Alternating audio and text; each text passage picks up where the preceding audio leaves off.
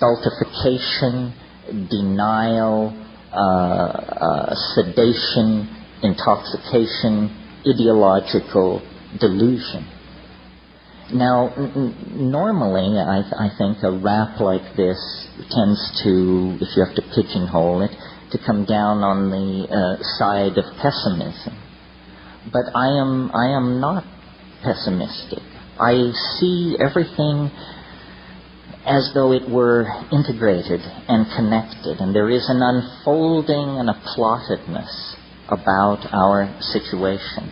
It's not for nothing that at the very pinnacle of the age of faith in the machine and science and male dominance and projection of strategic weaponry and so forth and so on, that there should come from the gentler societies of the world, from the rainforests and high deserts of the world, the news of these plants.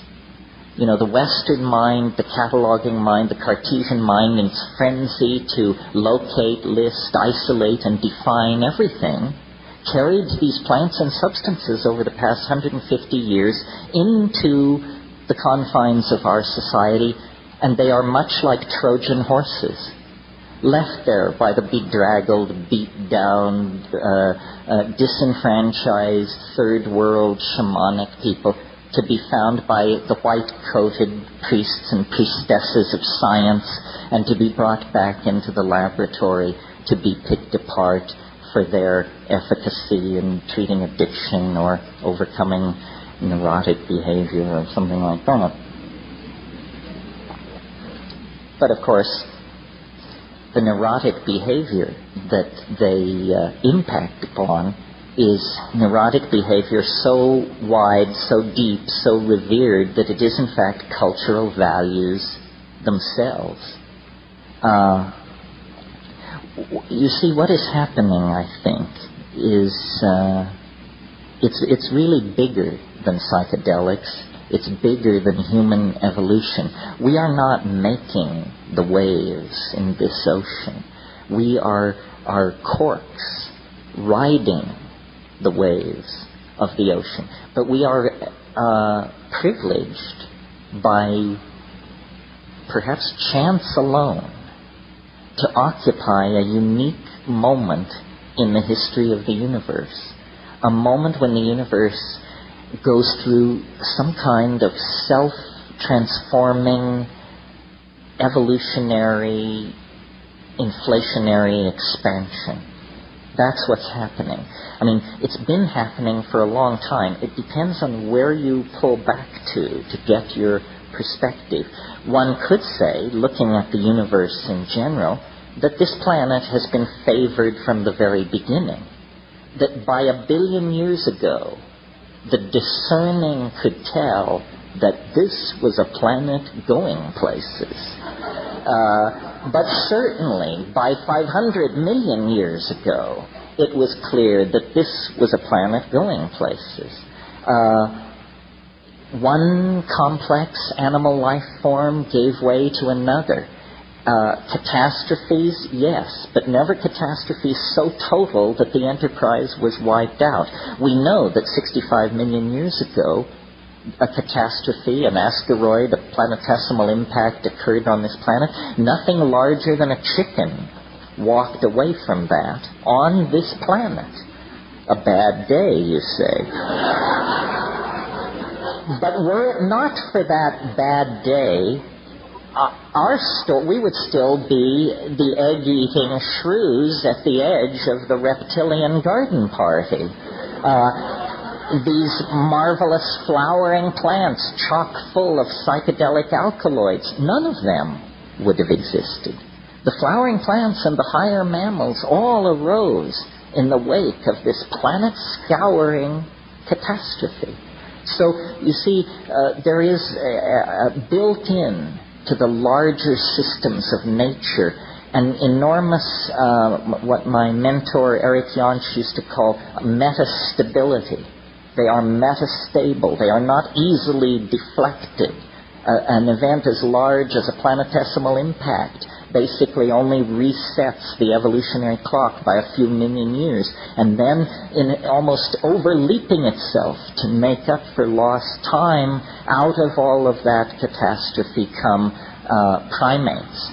Animals of such complexity and coordinated sensoria that they are wonders to behold, and from them, and quickly, then come abilities never before seen in the world of organic organization.